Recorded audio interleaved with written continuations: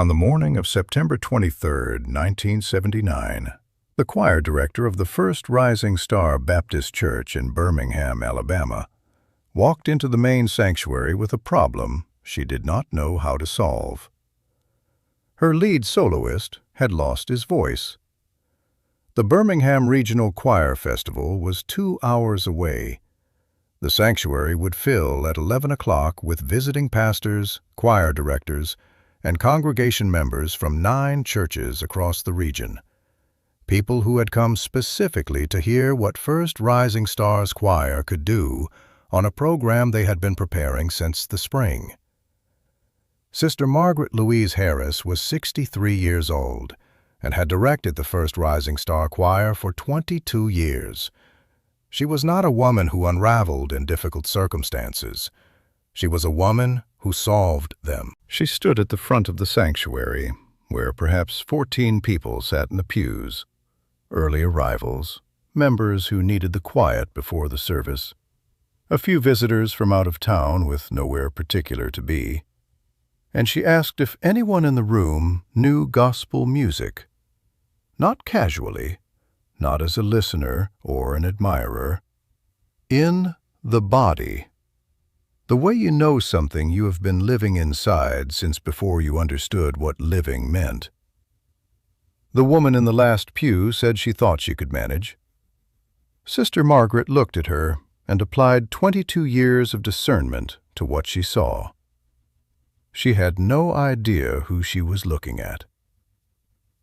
Tina Turner had been in Birmingham since Friday. She was playing 2 nights at a small club, the kind of room the preceding 3 years of her career had prepared her for, the kind of room she approached with the same complete professionalism she had always brought to every room, regardless of its size. 300 people on Friday, somewhat more on Saturday. She had performed. She had given both audiences everything she had, and on Sunday morning she had woken early in her hotel room with no obligation and nowhere to be. She found the church the way people who were raised in church find churches when they need somewhere to be on a Sunday morning. Not by searching, by looking up when she was passing a block on her morning walk and recognizing the architecture, the particular shape of a space built for a specific kind of gathering. First Rising Star Baptist Church. The doors were open. She went in. She had been sitting in the last pew for nearly 40 minutes when Sister Margaret came through the side door and stood at the front. She had not announced herself. She was not particularly recognizable in Birmingham in 1979, not in the rooms most people in this church occupied. She was simply sitting in a pew on a Sunday morning in the way she had been sitting in pews on Sunday mornings since she was a girl in Nutbush, Tennessee, where church was not a choice, but a structure, the thing around which the week organized itself, the room where she had first understood what her voice was for. The gospel foundation of what Tina Turner was and what she would become had been built in rooms like this one. Before the recordings, before the tours, before the name that the industry debated and assessed and eventually acknowledged, before all of that, there was a girl in a church in Nutbush who could sing. And the church was where she learned to do it in the way that lasts, not as performance, but as offering, not as demonstration, but as the genuine giving of something that belongs to the room rather than to the person making the sound. That was what she had sitting in her, in the last pew of the First Rising Star Baptist Church in Birmingham, on the morning of September 23, 1979.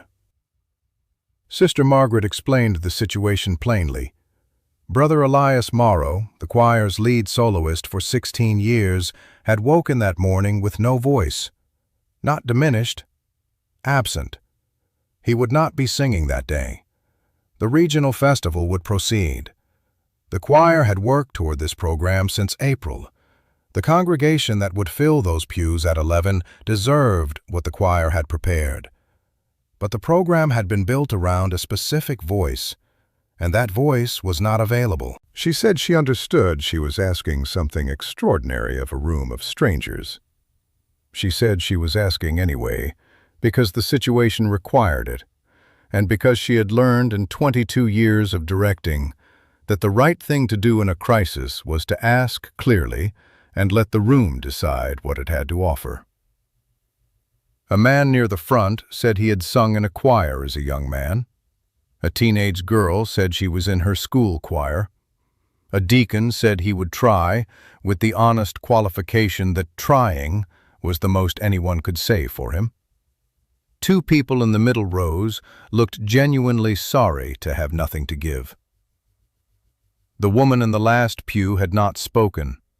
She had been sitting with her hands folded in her lap since Sister Margaret began, listening in the way of someone taking in information that is landing on a place inside them already prepared to receive it. When the others had finished speaking, she waited a moment. Then she said she thought she could manage. Sister Margaret looked at her, a woman in her early 40s, modestly dressed, sitting in the middle of the pew rather than at the end, the way people sit when they want to remain available to a room without claiming a particular position in it.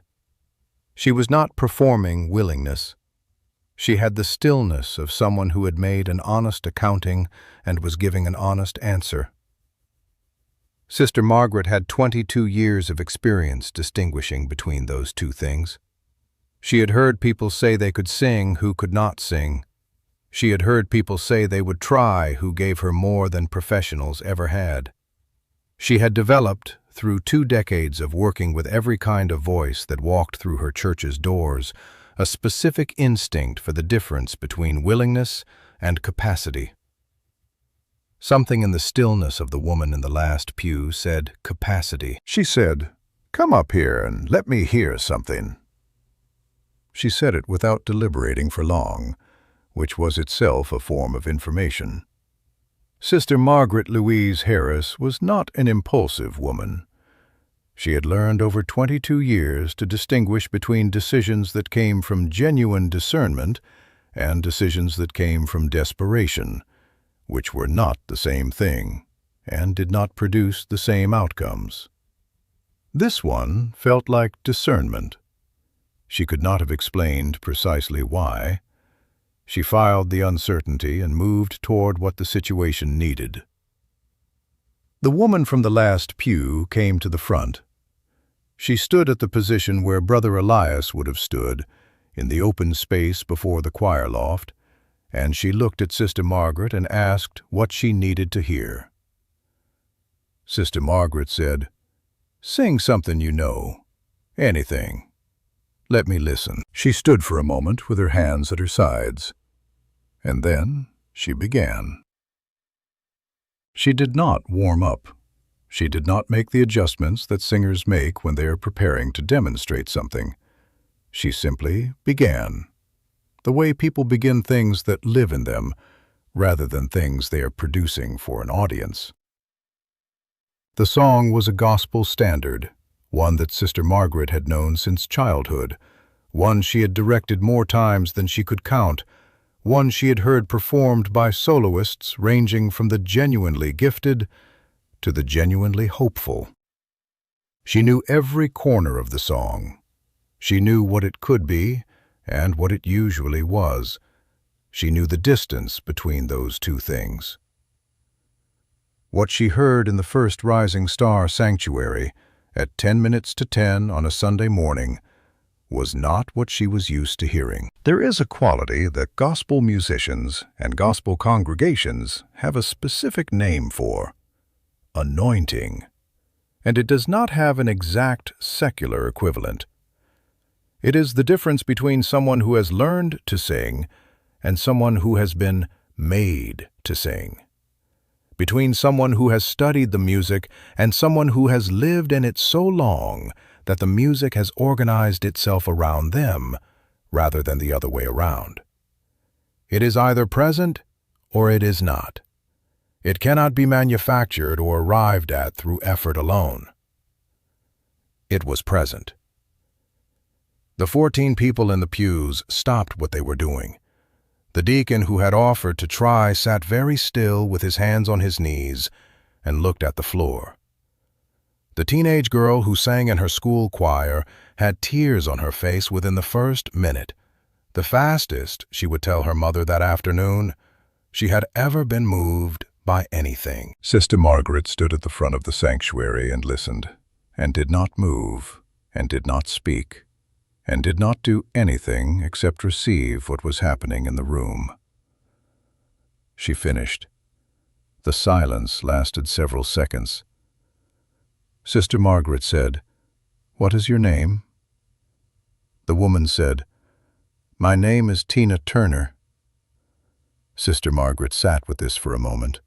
She knew the name, vaguely, the way you know names that exist at a distance from your particular world, from the radio, from things her younger choir members mentioned, from something she remembered seeing on a television program years earlier. She knew it well enough to understand, in the moment of hearing it attached to the woman standing before her, that she was recalibrating her understanding of what the last 10 minutes had been. She sat with this for a moment. Then she said, "Can you be ready in an hour?" The 11 o'clock service at First Rising Star Baptist Church on September 23, 1979, was described afterward by the people who were there with the particular difficulty that attaches to putting into words something that was primarily experienced in the body.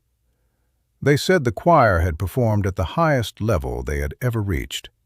They said the soloists had surpassed anything the festival had seen before. They said the quality of what happened in that sanctuary between 11 and 12:30 was not what anyone had expected when they walked in the doors. What they were less able to describe, because language fails at the edges of certain experiences, was what happened when Tina Turner sang. She sang 2 solos. The first was from the program, a piece that had been arranged around Brother Elias's voice and which she adjusted in the 30 seconds before the choir came in. Quietly, without anyone asking her to, in the specific way of someone who understands an arrangement from the inside rather than the outside. Sister Margaret watched her do it and felt, for the first time that morning, something that was not desperation. The second was a slow hymn that was not on the program. She had decided on it during the service itself. What it did to the room, Sister Margaret said later, she did not have language for. Several members of the congregation wept, not dramatically, but in the private, quiet way that happens when music reaches something specific inside a person that the person had not known was reachable. A visiting choir director from Tuscaloosa who had attended regional festivals for 19 years said afterward she had not heard anything like it since she was a child. She said it specifically and without qualification. Sister Margaret thanked her after the service in the corridor outside the sanctuary. She said it with the directness she brought to everything, that she had given the choir something they would carry forward, that the standard reached that morning would become the standard they measured themselves against. Tina Turner said the choir had done the work. She said she had just tried to keep up. Sister Margaret looked at her and decided not to argue. The festival was covered in one regional church publication the following month. The account did not name the replacement soloist, at Sister Margaret's request. She had thought about it afterward and concluded that naming her would shift the story toward the person and away from the thing the person had done, which was not the story she wanted to tell. The account described her simply as a visiting musician from out of town and left it at that. Sister Margaret Louise Harris directed the First Rising Star Choir for another 11 years before her retirement. She spoke about that Sunday morning occasionally, at choir retreats, in conversations with young directors she was mentoring, once in a brief address at a regional workshop on what to do when the plan fails. She always told it the same way. She had walked into her sanctuary desperate, had asked 14 strangers for help, and a woman in the last pew had said she thought she could manage. She had almost not asked. Something in the stillness of the way the woman was sitting made her ask anyway. She said that was the lesson, not who it was. The stillness, the voice that would eventually sell tens of millions of records and fill the Maracana Stadium and win 4 Grammy Awards in a single evening, was the same voice that stood in the First Rising Star Baptist Church in Birmingham, Alabama, and sang without accompaniment to 14 people at 10 minutes to 10 on a Sunday morning. It had always been that voice. The clubs and the studios and the stages had not created it. They had found it where it had always been, in the rooms where it was built, in the music that built it, in the specific way that a woman who learned to sing in a church in Nutbush, Tennessee, carries that church with her into every room she enters for the rest of her life. She just tried to keep up. If this story moved something in you, share it with someone today. Subscribe to this channel. Leave a comment. Is there a place from your past that you carry with you without knowing it? We tell these stories because they deserve to be told. We'll see you in the next one.